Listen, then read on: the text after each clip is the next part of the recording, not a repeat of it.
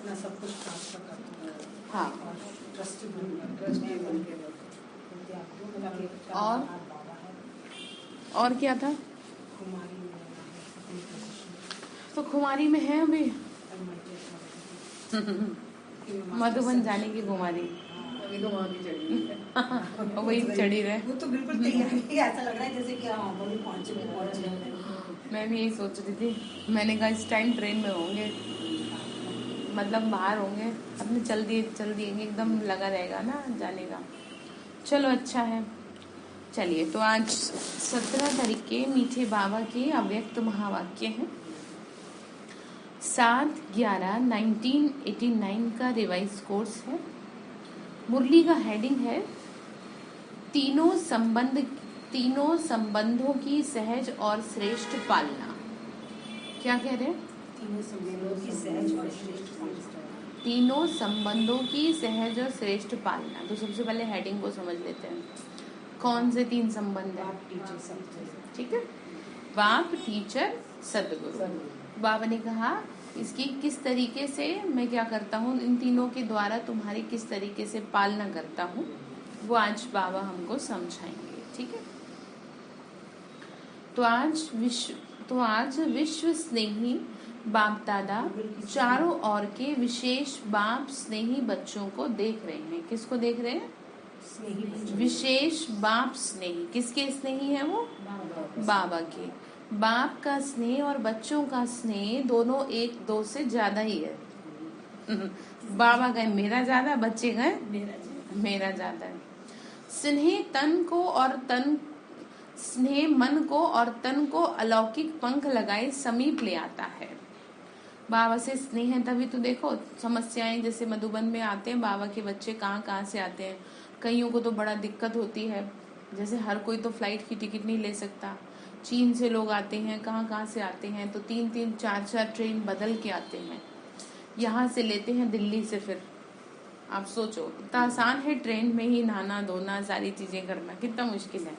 लेकिन सब बाबा से स्नेह की वजह से उन्हें कुछ मुश्किल नहीं लगता।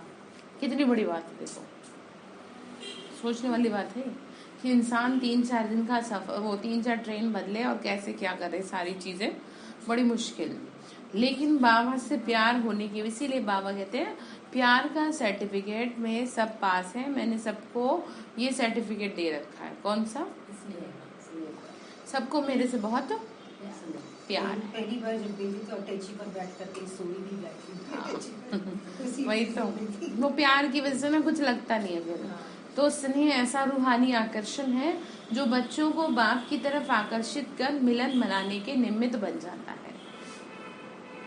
मिलन मेला चाहे दिल से चाहे साकार शरीर से, दोनों अनुभव स्नेह की आकर्षण से ही होता है। बाबा से जितना जितना प्यार होगा उतना उतना आकर्षण होगा।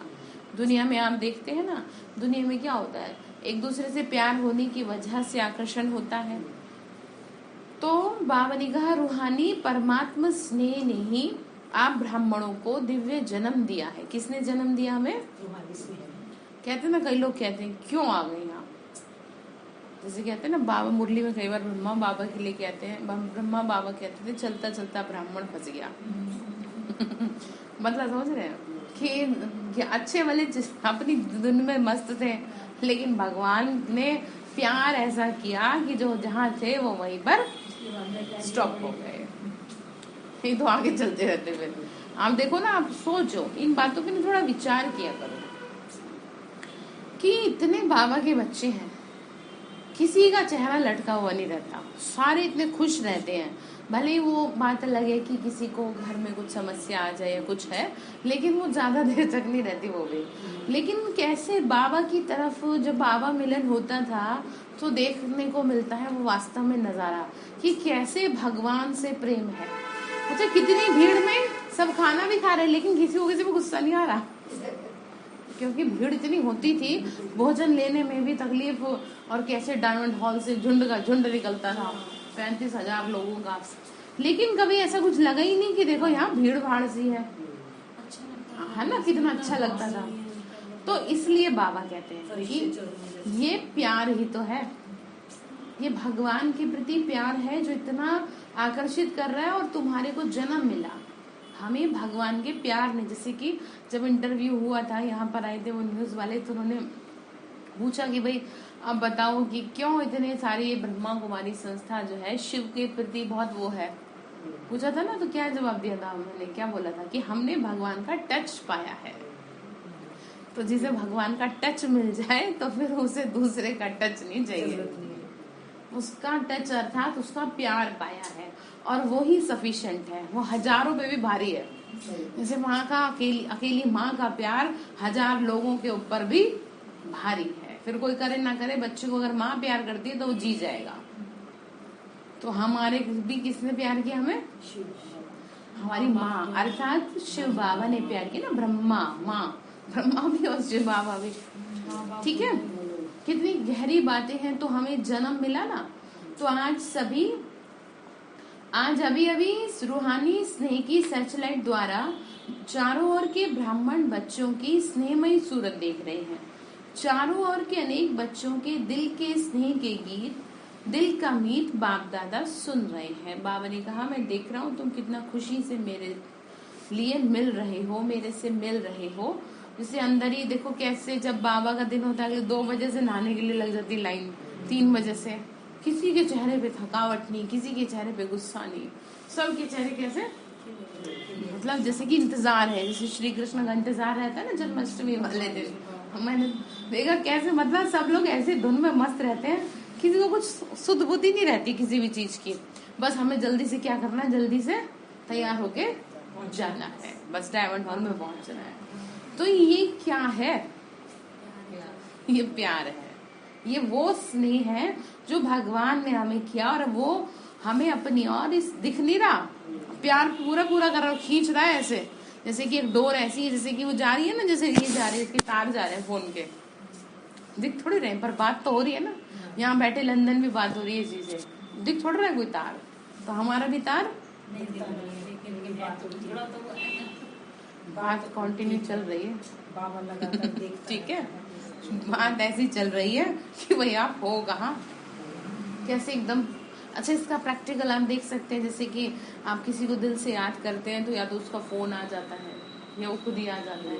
तो क्या हुआ, आपने फोन तो किया नहीं, तार जुड़ गए। बाबा को याद करते हैं तो क्या होता है, तार जुड़ जाते हैं, तो खुशी भी होती है और कुछ ना कुछ रिजल्ट जो जैसे हाँ।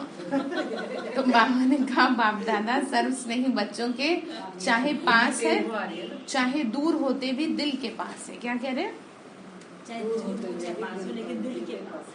ठीक है, चाहे कोई लंदन में बैठा है, चाहे कोई गुजरात में बैठा है, लेकिन बाबा के तो क्योंकि ज्यादा लोगों का फिर वो नहीं मिलता था ना आने का, इसलिए सब आ नहीं पाते थे, तो सबको लगता था हम जा नहीं पाए, तो इसीलिए बाबा सबकी रखता था। फिर डायमंड हॉल में भी पीछे भी बैठे रहते थे, तो उनको भी ये लगता था हम तो करीब नहीं बैठे, तो बाबा ने कहा चाहे पीछे हो चाहे आगे हो चाहे कहीं भी हो, मेरे दिल के पास। बाबा ने सबको देख लिया। एक बार बाबा ने कहा था ना कि चाहे उसमें बैठे हुए हैं वो तो और भी मेरे पास है, किसमें रहते हैं? तो बाबा ने कहा चाहे दूर होते भी हो लेकिन दिल के पास हो। स्नेह के रिटर्न में वरदान दे रहे हैं। क्या क्या वरदान दे रहे हैं, ध्यान से सुनेंगे, ठीक है। बाबा ने कहा कि देखो मेरा तुमसे प्यार है, इस प्यार की वजह से मैं तुम्हें दुआएं देता हूँ। इसको आप दुआएं भी कह सकते हो, ये भगवान आपको दुआएं दे रहा है। ऐसे कर्म करे ना कि जो वो दुआएं दे। वो वरदान तो तभी देते ना, अब आप भी बच्चों को कब दुआ दोगे, कब वरदान दोगे, जब आप खुश होगे।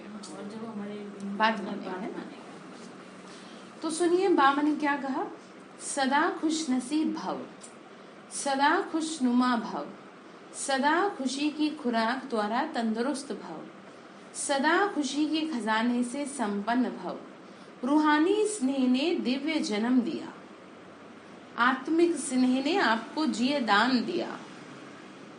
यहाँ पे क्या सिखाया, आत्मिक प्यार सिखाया है, और इस आत्मिक प्यार से आपको जीवन मिल गया। नहीं तो इससे पहले तो आप मरे पड़े,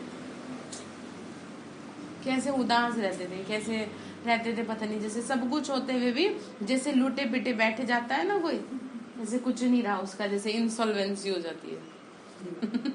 समझ रहे हो, ऐसे हो रहे थे, मतलब दिवालिया निकल गया, जैसे किसी का वो हो जाए ना एकदम, आप समझ रहे हैं, सब खत्म हो जाता है। तो आप सब जी तो रहे थे, हम सब जी तो रहे थे, लेकिन हम ऐसे ही जी रहे थे जैसे कि हमारा कुछ, और वो कमी किस चीज की थी? प्यार की। जिस प्यार को किसने भर दिया? अब लोग परेशान इस बात से, ये कैसे इतना खुश रहती है? इनसे तो हम बोलते भी नहीं है, फिर भी ये बहुत खुश रहती है। तो ये कितना अच्छा लगता है कि देखो भगवान का प्यार हमारे पे ऐसे चढ़ गया कि मतलब चाहे वो कुछ भी कहता रहे वो उतरने वाला नहीं है। तो अब वरदाता बाप दादा के वरदानों से दिव्य पालना हो रही है। कैसे कर रहे हैं आपकी पालना? पालना सभी को एक द्वारा एक ही समय एक जैसी मिल रही है। देखो कितनी अच्छी बात। अब ये नहीं है कि अलग से किसी को पालना दे रहे हैं, हमें अलग से दे रहे हैं, आपको अलग से दे रहे हैं, सबको एक जैसी दे रहे हैं, लेकिन मिली हुई पालना की धारणा नंबरवार बना देती है। अभी आपके ऊपर डिपेंड करता है आप कितना अंदर आत्मसात करते हो।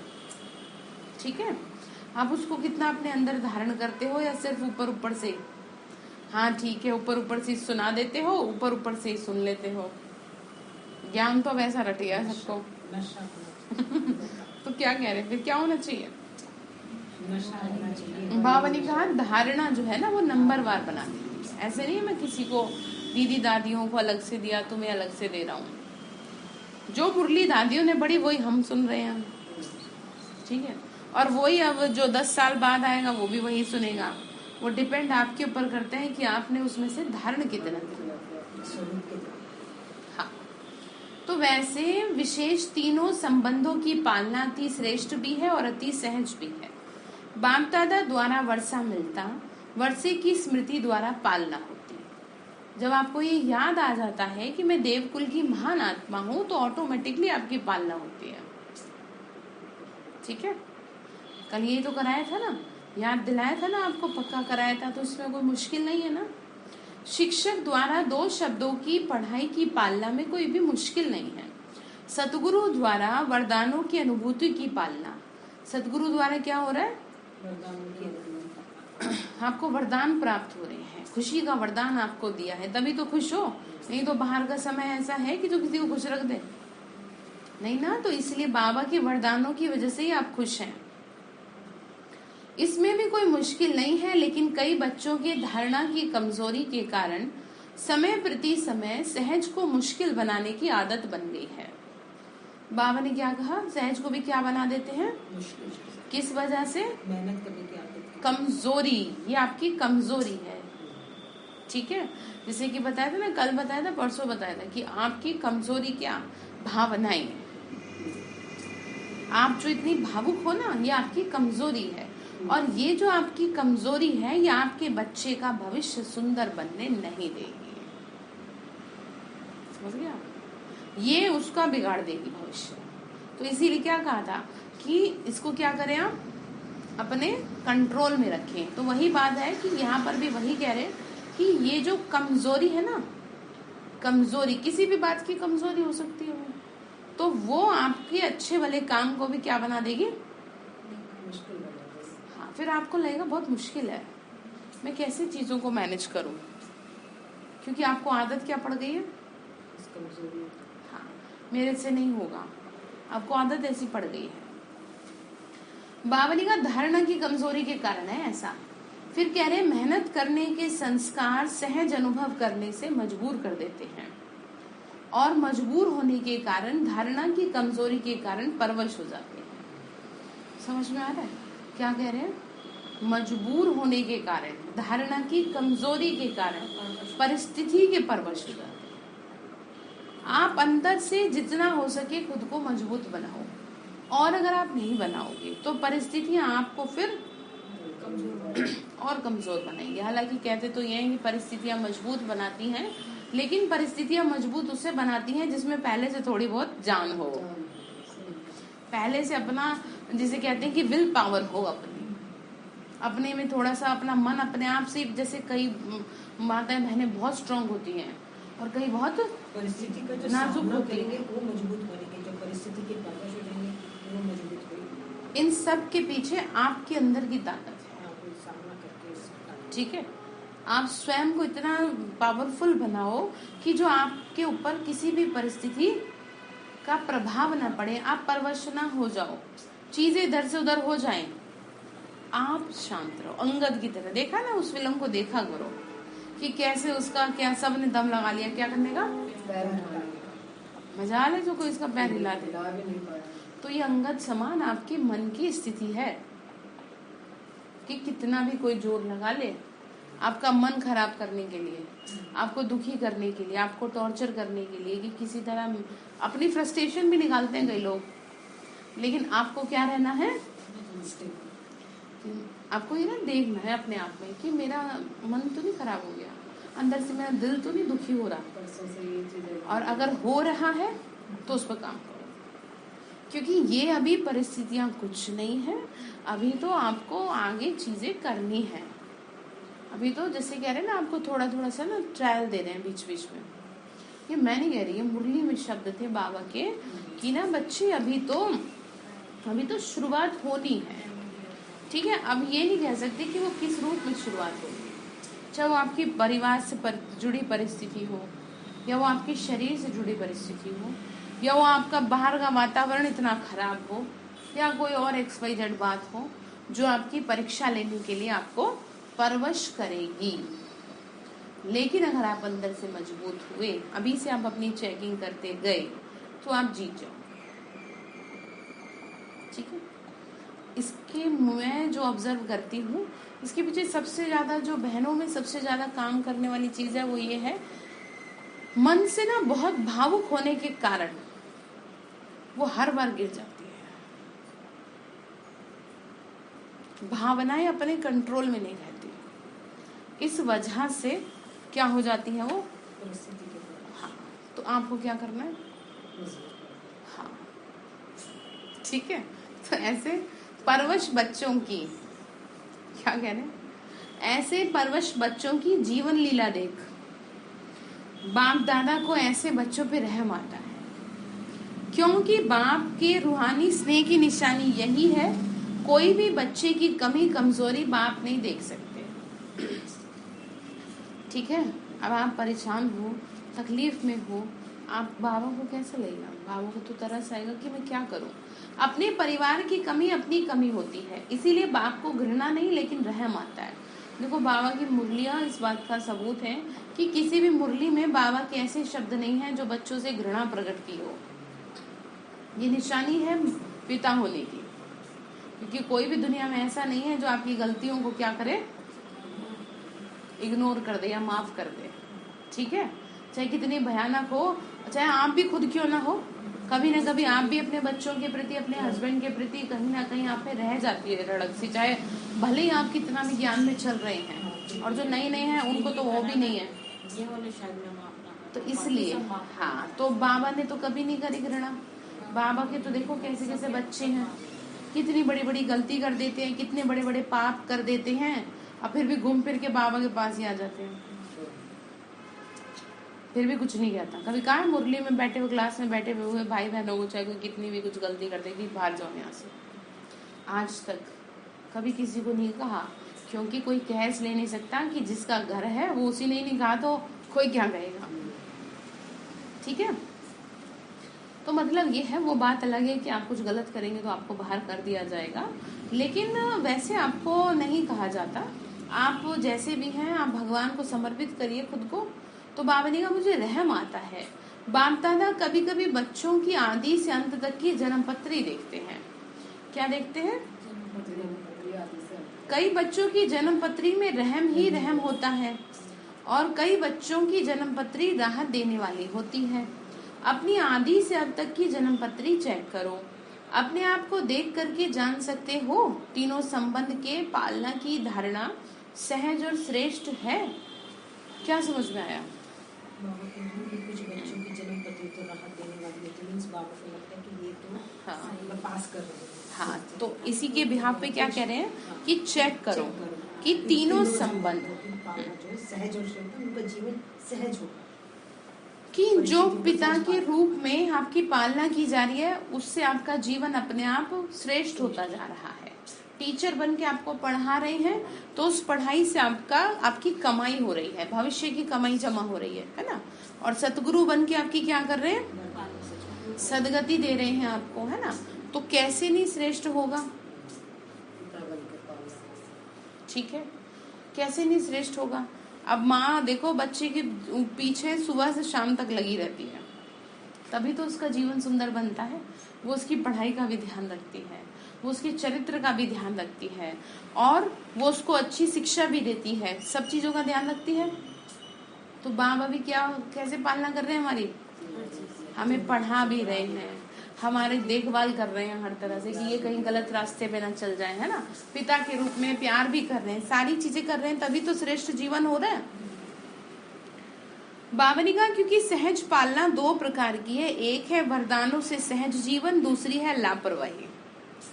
डोंट केयर कर देना, हाँ ठीक है कर लेंगे, कर तो रहे हैं, क्या कर रहे हो आप? ये डोंट केयर कर रहे, ठीक है। बाबा ने कहा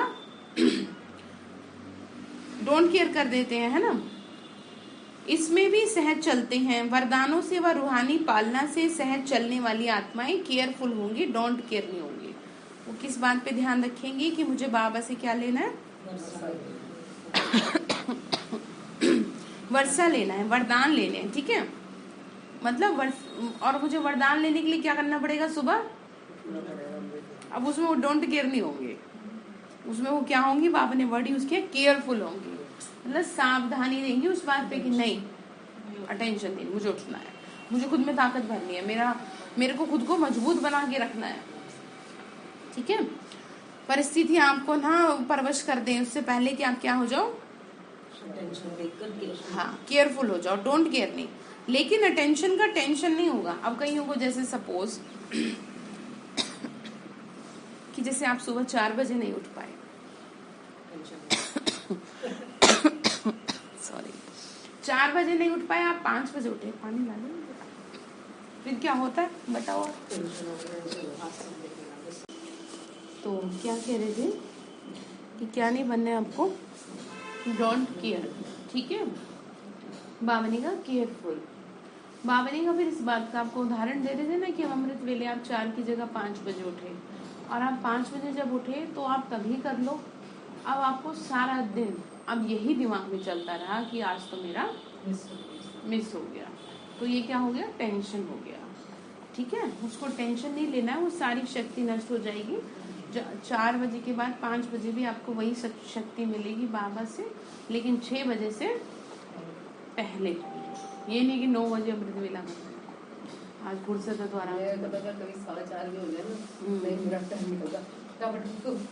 हाँ, तो यही अच्छी बात है। तो बाबा ने कहा ऐसी केयरफुल आत्माओं का समय, साधन और सरकमस्टेंस प्रमाण ब्राह्मण परिवार का साथ और बाप की विशेष मदद सहयोग देती है, इसीलिए सब सहज अनुभव होता है। तो ये चेक करो, ये सब बातें मेरे सहयोगी हैं, इन सब बातों का सहयोग ही सहयोगी बना देगा। नहीं तो कोई छोटा सा सरकमस्टेंस, साधन, समय, साथी आदि भले होते चींटी समान है। क्या कह रहे हैं बाबा? कोई छोटी मोटा सरकमस्टेंसेस जो है ना, वो किस तरह है? चींटी समान है। लेकिन छोटी चींटी भी क्या कर देती है? महारथी को भी, हाथी को भी। अब आप यहीं पर समझ लो कि बहुत जरा सी बात, एकदम सुई के बराबर छेद जो होता है ना, छोटी सी बात, और आपको रुला दिया, आपको ऐसा कर दिया जैसे कि पता नहीं आपको घबराहट जैसी हो गई, तो ये आपकी कमजोरी है। इस कमजोरी को खत्म करो, ठीक है। तो हर कोई अपनी अपनी कमजोरी पकड़ो, दूसरे की नहीं। हाँ, समझ रहे हैं? किसकी कमजोरी पकड़ेंगे? क्योंकि वो कमजोरी आपका पतन कर देगी। जैसे दीमक होती ना, धीरे धीरे छोटी सी है लेकिन धीरे धीरे क्या करेगी? सब खत्म कर देगी। ऐसे ही आपको खोखला कर देगी। आपकी जो छोटी सी कमजोरी, आप जो ये भावनाओं में बह जाते हो ना, इसीलिए बाबा हम बच्चों को शिक्षा देते हैं कि तुम्हारी कोई निंदा करे, कोई प्रशंसा करे, तुमको कैसे रहना है? बताओ जी, एक समान है, ठीक है। प्रशंसा, बच्चे जरा सा अच्छे बोले, सारा अच्छा व्यवहार कर रहे हैं तो आप बड़े खुश, और जरा सा नहीं बोला, हस्बैंड आपसे सही से नहीं बोले, बच्चे सही से नहीं बोले, आपका चेहरा उतरा हुआ है कि भाई मेरे से तो कोई बोलता ही नहीं, मेरे से सही से बात ही नहीं करते। अरे छोड़ो, क्या क्या छोड़ना आपको? इनसे जितनी बुद्धि हटा सको उतनी जल्दी हटा लो। आपके पास 2 ऑप्शन है यहाँ पर, आप अपने आप हटा लो तो ज्यादा अच्छा रहेगा। इससे 2 चीजें होंगी, एक तो जो लोग आपकी इम्पोर्टेंस नहीं समझ पा रहे वो आपकी इम्पोर्टेंस समझेंगे, दूसरा आपका कार्मिक अकाउंट नहीं बनेगा। अभी आप उनके पीछे पीछे पीछे पीछे रहोगे, वो उनको और ही बुरे लगोगे। ठीक है, ऐसे रहो जैसे कि ठीक है हो ही नहीं। ठीक है, अपने अब बस करो, अब बहुत हो गया मेंटली टॉर्चर खुद को करना, दूसरा कोई नहीं कर रहा आपको, आप खुद हर वक्त अपने को कर रहे हो, क्योंकि गलती उनकी नहीं है, गलती आपकी है। आपने अपने आप को इतना ज्यादा जोड़ लिया है, इतना ज्यादा जोड़ लिया है कि वो फिर मतलब हल्का सा भी अगर वो हिलता है ना, जोड़ जैसे 2 चीजों को जोड़ो, हल्का सा भी हिलता है तो आपको तकलीफ होती है, और जब वो टूटेगा तो कितनी होगी, और डेफिनेटली टूटेगा। ये मैं ही कह रही हूँ, ये बाबा ने कहा था कि साथ हाँ छूटेगा, इसीलिए कोशिश किया करो खुद को इन चीजों पर काम करने की, तो ध्यान रखेंगे। फिर तो बावली का मूर्छित अर्थात वरदानों की सहज पालना की श्रेष्ठ स्थिति से नीचे गिरा देते हैं। अच्छा भला योग लग रहा था, मन भी अच्छा था, जरा सा ऊंचा बोल गया आपसे कोई, जरा सा चिल्ला गया आप पे कोई, आपका मन ऐसे गिरा नीचे। हालांकि इस वजह से वो आत्मा पाप की भागी तो बहुत बनेगी, बहुत जबरदस्त बनेगी, लेकिन आप जैसे तैसे ऊपर अपनी बुद्धि जोड़े, आप अपनी स्थिति को खराब कर लिए, उस आत्मा का तो है ही ये हाल। ठीक है, कल सिखाया था ना आपको कि चाहे कोई कितना भी आपको करे इस चीज के लिए, चीखे चिल्लाए या कुछ भी करे, आपका मन दुखाए, लेकिन आपको लेट गो कर देना है, आपको लेट गो करना पड़ेगा। इसकी हर वक्त आदत डाल लो, किसी से प्यार की उम्मीद मत रखो, अब आप सम्मान की उम्मीद मत रखो, ये मत सोचो कि ये मेरे बारे में पूछे तो सही, भाई तुमने कुछ खा लिया नहीं, तुम कैसे हो, कुछ छोड़ो, जितना छोड़ सकते हो ना इन चीजों को अब छोड़ो। एक बार नहीं 10 बार ना पूछें, आपकी स्थिति मजबूत होगी इससे। बोलते क्या फायदा होगा, जैसे कि इन्होंने कहा निराधार हो जाएंगे, फिर आप तो कोई फर्क नहीं पड़ेगा, अदरवाइज आप अंदर से ना टूट जाओगे, और फिर एक बार कोई चीज टूट जाए उसे जोड़ तो भले ही दो, लेकिन वो क्या जाता उसमें, ठीक है। तो आप चाह क्या रहे हो, क्या आपको तोड़े कोई, तो इसलिए पहले ही हर तरह से रिलेशन में बैलेंस बना लें। इसी के लिए कहते हैं ना काहू से दोस्ती ना काहू से बैर, रही मन संसार में रखिए सबकी खैर। ठीक है, ना तो हमारा कोई ऐसी यारी है कि तुम हो तो हम हैं, और ना किसी से हमारी कोई दुश्मनी है, सबसे दूर की राम राम। किसी की लाइफ में ना घुसो और ना घुसने दो अपनी लाइफ। दूसरों के लिए तो कर लेते हैं, दूसरे तक के लिए जो घर में साथ साथ रह रहे हैं उनमें मुश्किल नहीं, ये बात दूसरों की नहीं कह रहे, दूसरों मतलब अपनों की कह रहे जो अपने घर में है। आपको ही बात कर रहे, इसके वर्ड्स बोल रही हूँ। चलो कोई बात नहीं, तो उस बात के लिए कह रहे कि अपने घर में नहीं हो पा रहा ये बात। नहीं सुनो, जैसे हम दूसरे, मैं समझ गई, आप ना बात को समझो, ये बात दूसरों के लिए नहीं है। नहीं मालूम है। अब घर में सपोज जैसे 4 हैं, बहू बेटे हैं, अब इनका एग्जाम्पल ले लेते हैं, और भी कोई है।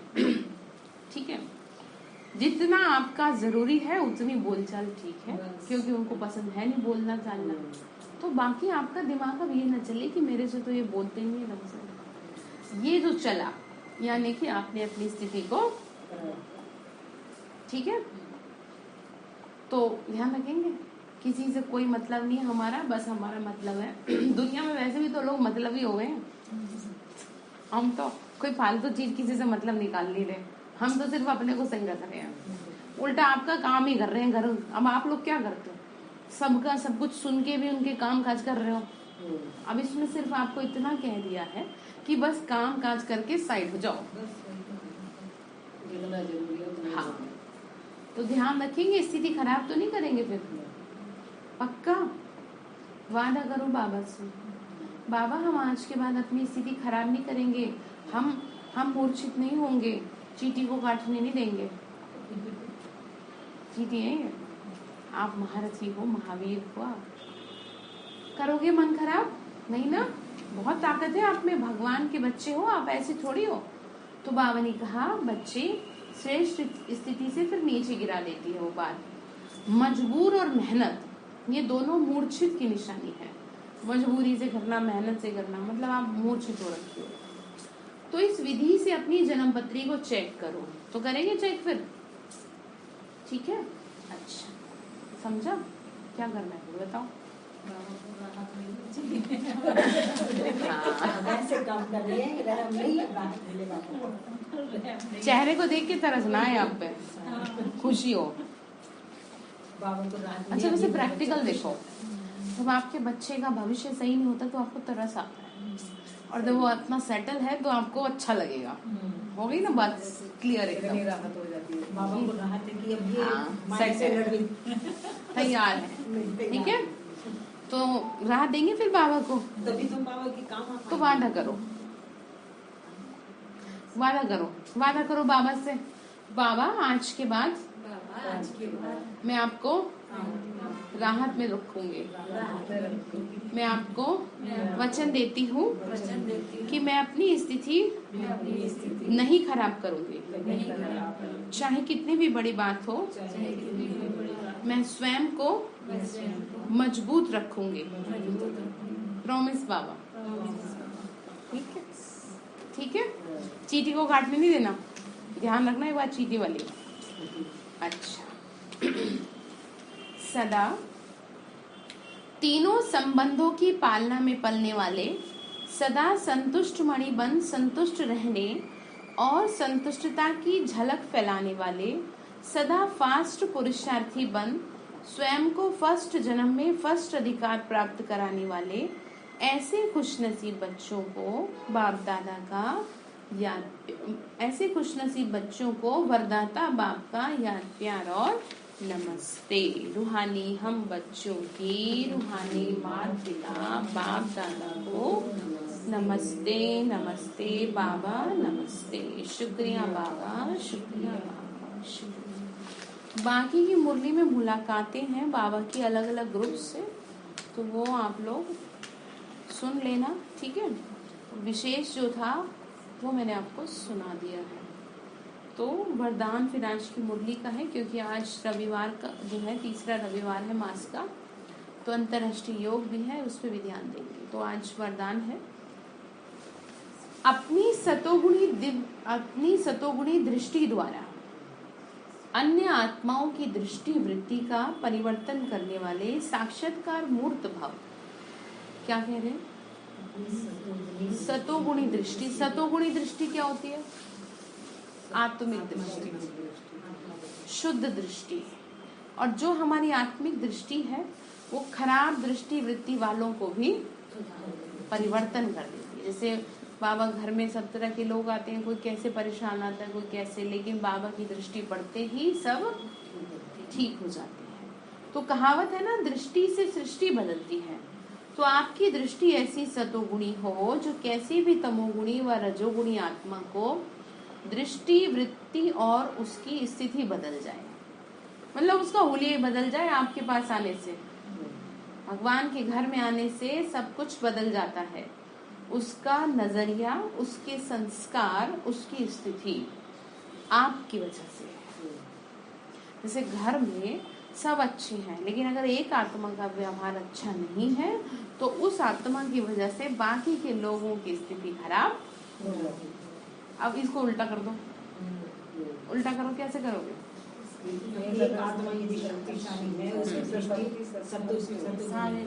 ठीक कर देंगे, हो गया। अब आप घर में हो, आप क्योंकि बाबा की बच्ची हो, आप ज्ञान योग करने वाली महान आत्मा हो, तो आपकी वजह से घर के सारे लोग सही रहेंगे। अगर कोई लड़ने को भी आ रहा होगा तो भी एकदम चुप हो जाएगा। और अगर ऐसा नहीं हो रहा तो आपके योग में कमी है, आपकी दृष्टि में कमी है, आप देह भान में हो उस आत्मा के प्रति, शरीर के भान में कि नहीं ये तो मेरी ये है, तो नहीं बदलाव होगा जब तक आत्मिक दृष्टि नहीं अपनाएंगे। ठीक है, तो इसीलिए पहले कह दिया ना सतोगुणी दृष्टि। तो जो भी आपके सामने आए उन्हें दृष्टि द्वारा तीनों लोकों का अपनी पूरी जीवन कहानी का मालूम पड़ जाए, यही है नजर से निहाल करना। अंत में जब ज्ञान की सर्विस नहीं होगी तब ये सर्विस चलेगी, क्योंकि अंत समय पे किसी को ज्ञान सुनाने का टाइम ही नहीं होगा। ठीक है, वातावरण ही नहीं होगा बाहर का ना, घर से बाहर नहीं निकल पाएंगे, इसलिए बावली का ये सूक्ष्म सेवा करेंगे। तो स्लोगन है, पवित्रता का प्रैक्टिकल स्वरूप सत्यता अर्थात दिव्यता है। पवित्रता का प्रैक्टिकल स्वरूप सत्यता अर्थात दिव्यता है, चेहरे पे दिव्यता दिखेगी। तो सूचना है, आज मास का तीसरा रविवार अंतर्राष्ट्रीय योग दिवस है। बाबा के सभी बच्चे साय 6:30 बजे से 7:30 बजे तक विशेष भ्रकुटी आसन पर विराजमान हो, अपने चमकते हुए सितारे को दिव्य नेत्र से देखते हुए लाइट माइट हाउस बन प्रकृति सहित पूरे विश्व को सर्चलाइट देने की सेवा करें। क्या करेंगे? पूरे विश्व में शक्तिशाली किरणें फैलाएंगे। ठीक है, तो क्या करेंगे? बाबा को राहत देंगे, मेहनत नहीं। ठीक है, स्नेह है बाबा से, तो इस बात का रिजल्ट भी तो चाहिए, तो क्या नहीं होगी? मेहनत नहीं होगी। ठीक है, मजबूरी नहीं होगी, सब कुछ सहज होगा। अच्छा, ओम शांति।